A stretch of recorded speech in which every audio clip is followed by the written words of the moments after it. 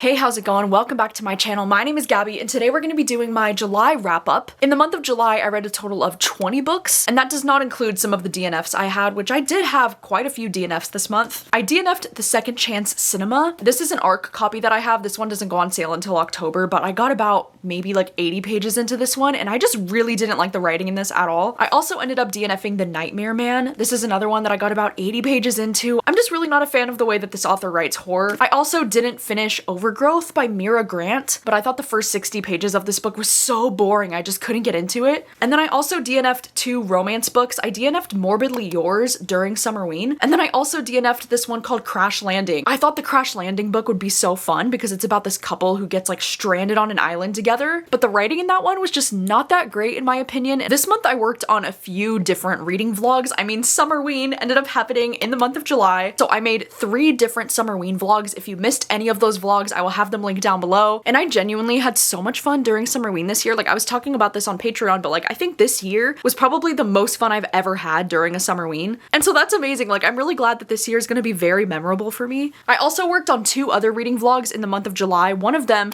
was reading my 5-star predictions, which included some of my most anticipated books of the year. And then I also did another episode of the Backlist Bonanza where the Spin the Wheel chose books off of my TBR for me to read. And then over on Patreon, I did make an exclusive kind of like monthly vlog video, and in this video it includes like my first time meeting Mavis, which is my sister's new puppy. It also includes like the first time Phoenix and Mavis ended up meeting. It includes my reaction to the Project Hail Mary trailer, and just like a bunch of fun random things that were going on in my life in the months of June and July. You know what's so crazy is that in the month of July I read a total of 20 books, and out of those 20 books that I read this month, I had 9 books that I gave 3 stars to, and I only had 1 book that I gave 5 stars to this month. I think having a lot of 3-star books can be very frustrating because 3-star books usually, in my opinion, like they have so much potential and like they could have been a new favorite, but like they were just lacking something to make them a new favorite. But I still mostly enjoyed them. I don't know, it's definitely a bummer to have a lot of 3-star books. So let's just get right into all the books that I read this month. I'm gonna be starting with the lowest rated books first. I mean, luckily for the entire month of July, I only had 1 book that I gave 2 stars to, which was Deserter by Junji Ito. And this one is a manga that I ended up reading during Summerween. You know, usually Junji Ito is always like one of my favorite manga horror authors. I always recommend him. If you're trying to get into manga and you want to read something spooky, I'm always like Junji Ito, like he's my go-to. Out of like the nearly like 10 to 12 short stories in this collection, I only really liked 2 of them. So this one is not going to be like a highly recommended one from me when it comes to Junji Ito's stuff. And then I also recently read the book Strange Houses, and unfortunately this was one that I ended up rating a little bit low. I think I'm giving it between like 2.5 maybe to 3 stars. This was a book that I was really excited to read because it's from the same author as Strange Pictures, and these are Japanese translated horror books that I think are so fun and so unique. I would definitely recommend, if you plan to read either one of these books, to get the physical copy instead of just listening to it on audio, because I think that's the mistake that I made with Strange Houses, is that I only listened to this one on audio and it just wasn't as fun of an experience for me, because in these books there's a lot of visuals. You know, like in Strange Houses, most of the story is like seeing these visuals of like these layouts of this house, and I like that these people are trying to figure out like what could have happened at these houses and like why are the layouts of the houses so weird, and like could there have been a crime that happened here. I think the concepts for these books are so much fun, and I'm always loving it at the start, but then I always feel the same where like by the time we get to the last chapter it gets very like convoluted and I start to get confused about what is even going on. So I ended up only giving this one 2.5 stars, but I will definitely continue to read these books because I think they're a lot of fun. And then unfortunately I only gave 2.5 stars to Bury Our Bones in the Midnight Soil by V.E. Schwab, and this is absolutely devastating for me because this was one of my most anticipated books of the year because I love Addie LaRue so much, but also because at the start of this book I was really loving this. And you know, this book is over 500 pages, so it really is quite the journey to read this book. All I knew about this book going into it was that it was about toxic lesbian vampires, and I was like, I don't need to know anything more than that. Like, that sounds like so much fun to read. And in this story you're mainly following from the perspective of 2 different women who are living in very different timelines. I definitely had one perspective that I enjoyed more more than the other because I found the other to be so boring. But then also, even though I was liking reading from Maria's perspective in the beginning, I quickly found that she started to get really annoying and like I wasn't the biggest fan of her character later on in the book. And I just had so many issues with the second half of this book. I mean, not only did it get very repetitive and it just dragged so much, like I don't think this book needs to be over 500 pages, but like I just wasn't loving the plot. I wasn't loving the characters. Like I just really fell out of love with everything that I was loving about it at the beginning. Another book that I'm really bummed about that I'm only giving 2.5 stars is With a Vengeance by Riley Sager. This is my book troop book club pick for the month of July, and if you've missed the announcement, we're going to be having the live show with my mom and my sister very soon. It's going to be happening on August 2nd, so I will have that link down below if you want to save the link. I won't get too much into my thoughts here with this one, but I do think this was pretty disappointing when it comes to the Riley Sager books. I feel like a broken record at this point because I really haven't enjoyed a lot of the recent things from Riley Sager, but I still continue to want to read his books because of how much I loved Lock Every Door and Home Before Dark. Like those are my top favorites from him. I kind of had a feeling though that this one wasn't going to be my thing really because I don't love historical fiction, kind of thriller mystery books. Then this one also gets compared to like Agatha Christie, which I just feel like that's like a trope that I'm a little bit burned out on right now with thrillers. I think the first half of this book was like really boring, and then the second half of this book got a little bit better, but I can't wait to discuss all of my thoughts with this book and with all of you hopefully in that live show on August 2nd. Okay, and now jumping into all of the 3 stars that I had in the month of July.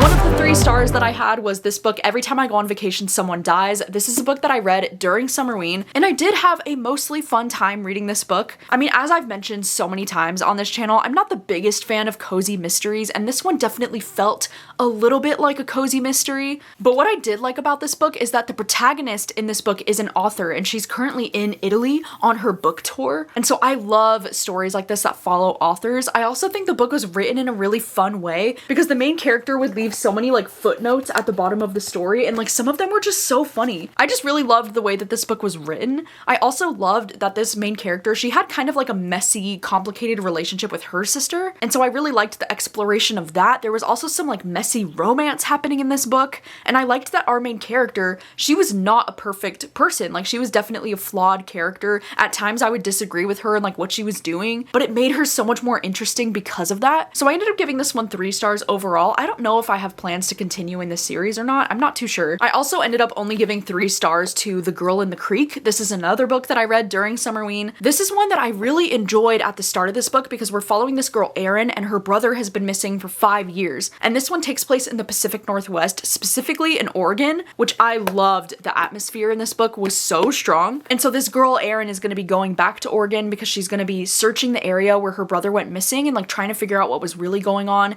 She meets a lot of the locals in Oregon in this book and she starts to get close to them. The thing that made this book so great was that there was a perspective almost from like the point of view of the creek, and it was so interesting. It was almost like you were reading from the perspective of like nature itself, and I loved that element of this book, and I think it made it so unique and so cool. So those chapters were definitely my favorite chapters of this actually, and I wish we had a little bit more of it. But I do think in the second half of this book it really falls apart and I was losing interest in what was going on. I didn't really care about all of these locals. I feel like there were so many characters being introduced and I just couldn't keep track of all of them, and I didn't care about all of their stories. I feel like the story actually could have been great if it was a little bit like smaller cast and just more focused on Erin and her brother and their story. Another 3-star book that I had during Summerween was The Compound, and this is like a really buzzy book right now because this one is a really fun premise. It's actually described as like Love Island meets Lord of the Flies because you're following these characters who are on this reality show, and I'm actually not that familiar with Love Island because I've never seen the show myself. My sister's starting to get into it, and from the way that she describes the show, I'm like, oh wow, this is actually a lot like Love Island because you have these girls who wake up in this place that's called The Compound, and they're like in the middle of this desert, and the guys are not there at the start of it. Like the girls wake up in the compound and then the guys have to like walk their way through the desert to get to the compound, and then every single night a guy and a girl has to share a bed together, and if they don't then they get booted off the show, and they have to do all these like weird challenges to earn money and things like that. I thought the premise for this book sounded so unique and so fun, and I was really having a fun time listening to this audiobook for like the first half, but then something changes in the second half of this book and I just feel like it got so boring for me and it got so repetitive with the scenes that were happening. And then the very ending of this book, like what the freak was that? It was like everything just fizzled out and the ending was just so anticlimactic and like unsatisfying. And then another 3-star that I had also during Summerween was this book called Night Watcher, and this was one that I listened to entirely on audio. This is actually another book that takes place in the Pacific Northwest, specifically Oregon. I don't know why I was reading all the Oregon books during Summerween apparently. So in this story, we're following this character named Nola, and she has this job where she works as a late night call-in radio host. And one night she gets a call that like triggers memories from her childhood, because when she was a kid, she had this run-in with a notorious serial killer in the area. And now she's starting to question, like, is the serial killer back to finish what he started? Some spooky things are happening again. And like, oh my god, the first half of this audiobook was so good. I was so convinced that I was gonna give this book like 4 or 5 stars. It had the best like wet, rainy atmosphere of like the Pacific Northwest, but also the creepiness of like feeling like somebody's watching you and feeling like you're being stalked. I don't know, the second half of this book just really started to lose me. There was nothing really surprising happening for me in the second half of this book, and I just really expected so much more from this. And then some more thrillers that I recently gave 3 stars to during my Backlist Bonanza vlog include The Couple's Trip and Such a Bad Influence. So The Couple's Trip is one that I thought would be really fun because it kind of involves these couples that go on a vacation, and then it's like the vacation gone wrong kind of trope. And this one takes place in the mountains in Sweden. So this one definitely had some fun atmosphere in this book for sure. Like, I really liked all of the hiking scenes and like the scenes that took place in the mountains in Sweden. I thought that was really fun, and I do see the comparison for like how this book is recommended for fans of like Ruth Ware or Lucy Folly. It definitely felt like it was something that could have been written by those authors. I just wish there was a little bit more to this story than like these people thinking that the girl's boyfriend is a little bit suspicious and like they don't know if they can trust him. I feel like I just wanted a little bit more out of the mystery and like the thrills with this book, but otherwise I thought the writing was really good. I just feel like if you've read a lot of thrillers, you're probably gonna see what's coming. At least for me, I definitely did. So I only ended up giving this one 3 stars, but I would definitely read from this author again. And then also Such a Bad Influence. This one is actually a debut thriller. And in this story, we're following this girl named Hazel, who is the older sister of this girl named Evie. And Evie is 18 years old, and she's a really successful influencer. And she actually kind of started as this like child influencer because her mom was like shooting content of her when she was like a little kid. And now she's gotten to the point where she's so huge, so famous, so successful on social media. And there's definitely a lot of commentary in this book about, you know, child influencers and whether that's okay for parents to be posting so much content of them online when they can't consent to those things, and how messy that kind of dynamic can be. And I think that's the strongest thing about this book for sure, is the commentary about child influencers. But then right at the start of this book, Evie actually goes missing. Like during a TikTok live, the live gets cut off and she goes missing and nobody's heard from her for weeks. And so this story is kind of a mystery around like what happened to her and why she went missing. I think the commentary in this book was so good, and I actually really liked the main character Hazel, like the older sister, because she's very critical of her mother for even putting Evie in the spotlight in the first place. And I did also really like the messy kind of toxic family dynamics being explored between these 2 sisters and their mom. I also think this book just really felt lacking with like the mystery and the suspense. I just didn't really find this story to be much of a thriller at all, to be honest. It really read like more of like a family drama kind of story, which was fine if that's what I knew I was signing up for. And in that same vlog, I also ended up giving The Vegetarian 3 stars, which this one did suck because I've had this book on my TBR for like literally forever. And I actually have read another book from this author, Greek Lessons, that I ended up giving 4 stars. So I really thought that this one could be one that I would love. All I knew about this story is that we're following this woman who lives in South Korea, and she starts to have all of these weird nightmares that end up convincing her to become a vegetarian. Like she doesn't want to eat meat anymore. And so that's all I really knew about it going into it. And like part 1 of this book was pretty much exactly what I was expecting it to be. But like part 1 also made me feel so much rage on her behalf. You know, because this woman is having these nightmares and she tells her husband like she's not going to be cooking meat anymore and she doesn't want meat in the house. And the way that he responds to this is just so ridiculous, you know, kind of as expected. And like the way that her dad reacts to this is like over the top, almost to the point where it's like abusive behavior. But then part 2 and part 3 of this book felt so different from the beginning that it almost felt like an entirely different book, even though we're still following the same characters. I don't know how to explain it, but it definitely got strange in a way that I was not expecting or wanting. This book just got really weirdly like pornographic almost, and like very sexual in a way that just like, it felt like it came out of nowhere. And I do see what this author's trying to do in terms of of like commentary, like not just with like being a vegetarian, but then also like there's a lot of feminist themes in this book and about like what happens when a woman goes against the norms of society and things like that. But it just wasn't my particular favorite, so I ended up giving this one 3 stars. Another book that I gave 3 stars that I'm absolutely devastated about this one is Atmosphere by Taylor Jenkins Reid, because you know, Atmosphere was probably my most anticipated book of this year, especially because Taylor Jenkins Reid is like one of my favorite authors. Like Evelyn Hugo is one of my all-time favorite books because this one involves, you know, NASA and like space vibes, and it's queer. Like these are all things that I thought would make this book like my favorite book of all time, potentially. I don't even really know how to explain myself with this one. I just had such a feeling of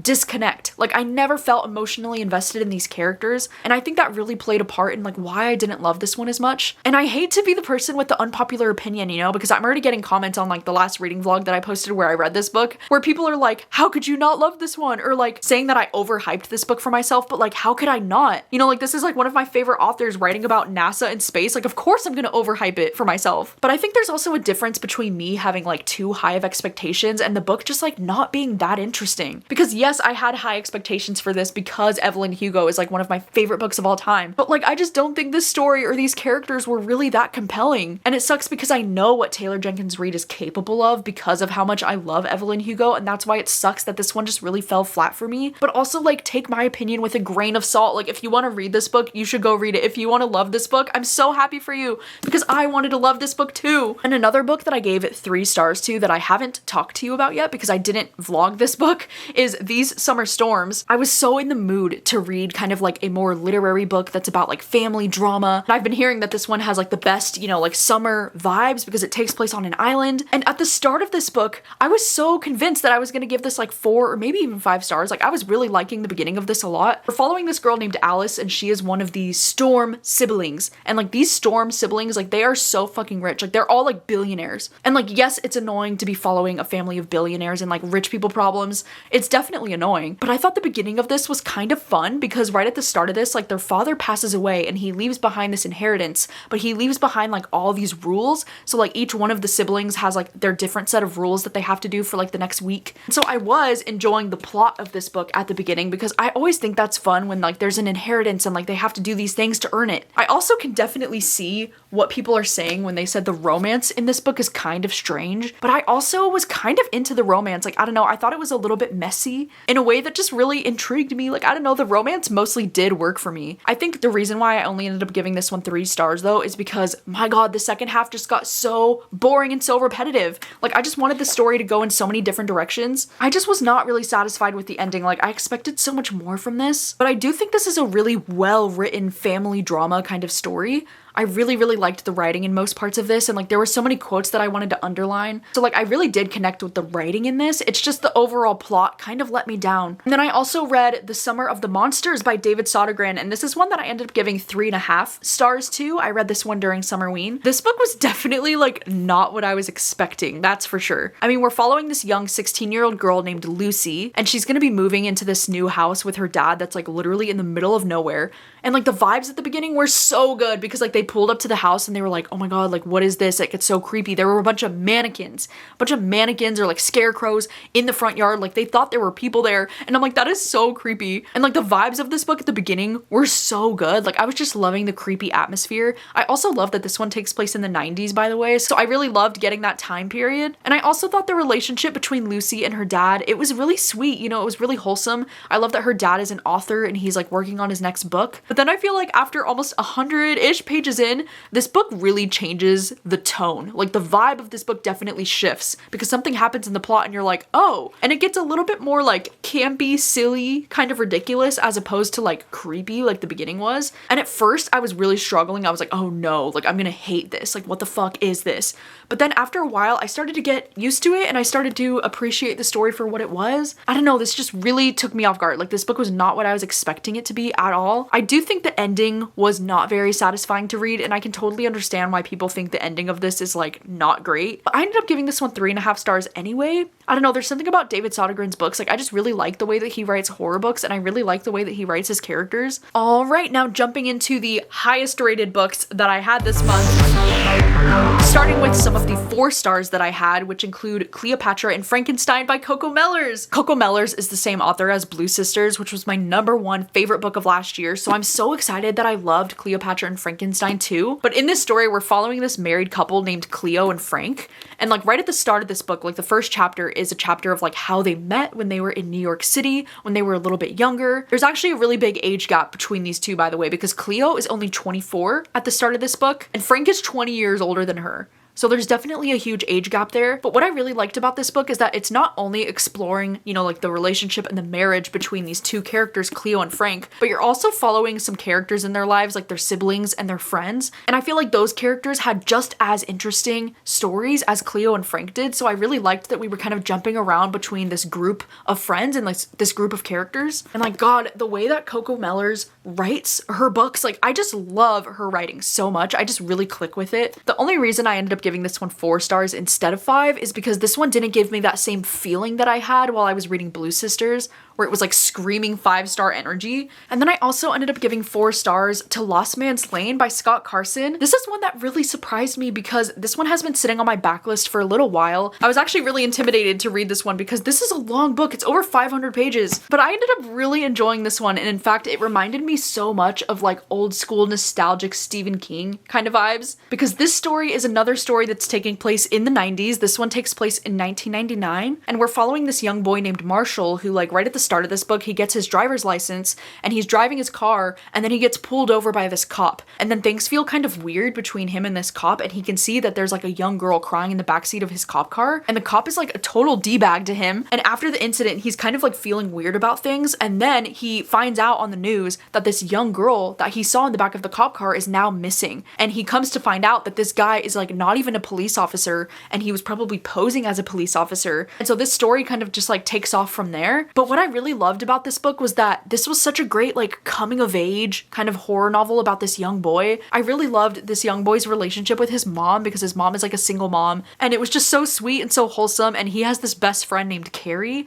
and like they were also really cute and really sweet. I just feel like there was something about the way that this book was written that felt very like nostalgic and like cozy and like coming of age. It reminded me of like that summer, you know, after high school and in between college, like that young time in your life when everything just felt so simple and like you were so free. I don't know, I just loved the feeling that this book gave me while I was reading it, and I just really enjoyed it. I only ended up giving it 4 stars though, as opposed to 5 stars, because there were some things that would happen in the plot in this book like later on that I was like, what? Like, what are we doing? And like, where's the story going sometimes? I do think it was a little bit too long. Like, I don't think it needed to be 500 pages. And the ending of this book wasn't my favorite. Like, it's not the most memorable ending for me. But overall, I have nothing but positive things to say about Lost Man's Lane. And then I also ended up reading Whistle by Linwood Barclay. And this is one that I just randomly decided to pick up during Summerween because my library hold came in, and I actually got recommended this book in a YouTube comment a little while ago. Thank you so much to the person who recommended this one to me, because I actually ended up really liking this a lot, and I gave it 4 stars. This one is a horror book that I just thought was so unique and so fun. I was a little nervous about the train on the cover because I was like, oh my god, after With a Vengeance by Riley Sager, I was like, I'm so done with the trains. I love that in this story we're following this woman who has this young son, and right at the start of this book she deals with like a really awful situation where her husband dies and like things are not going well for her. She's a children's author, which I think is a really cool and unique job, and she ends up moving to this small town in upstate New York to kind of get away from everything. And while they're there at this new house, the son discovers this little like train set that the previous owners left behind in the house, and they start to think that maybe there's something eerie, something weird about this train set. It's also so fun because there's a lot of like train related horror things in this book. Like a lot of the people in this small town where they just moved to, they always think that they're like hearing a train whistling, or like they can hear a train late at night, but like there's no evidence of any trains that run through the town. So like there's a lot of weird spooky things like that I really enjoyed about this. I really loved following Annie's perspective. Like she's like the main mother that we're following in the story, but then we also do get the perspective from this other character who's like the chief of police,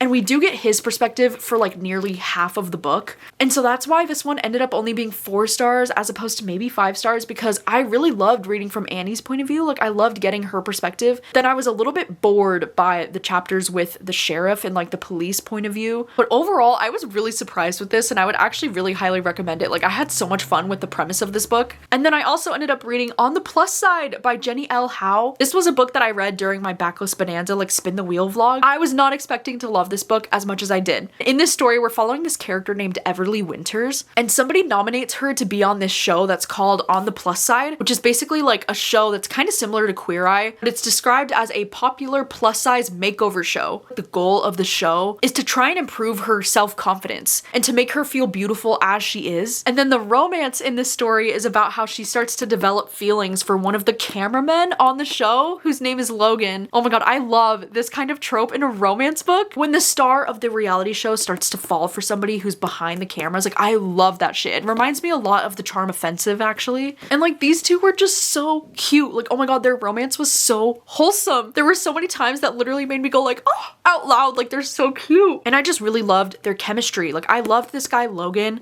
I love that he's described as like always wearing plaid shirts and he like really loves dogs. And I just love the way he was very like protective of her and the way that he would stand up for her at any given time. I also really loved the messiness of this reality show, and I liked that we got to see so many like behind the scenes things of like what was actually going on. There was even a tease at like kind of like this messy love triangle thing happening between, you know, Everly and this guy, and then there was another guy that was kind of involved. I don't know, I just had a really fun time reading this book. I was not expecting to enjoy it as much as I did. Another book that absolutely shocked me this month is Deep Cuts, because if you watch the reading vlog where I read this book, you'll probably know that at the beginning of this book, I was not enjoying myself. Like I actually thought about DNFing this because of how much I was cringing at the start of this book. Like I just thought it was a little bit cheesy, but then I ended up really loving this and giving this book 4.5 stars. And this is a book that I was really excited to read because it's a literary fiction book that involves these characters who are songwriters and they're like really obsessed with music and like really big in the music world. And this one's taking place in the early 2000s. I like that this book is taking place both in San Francisco and in New York City. And in this story, we're mainly following these two characters named Percy and Joe. And while there is like a little bit of a romantic storyline happening between Percy and Joe, I do love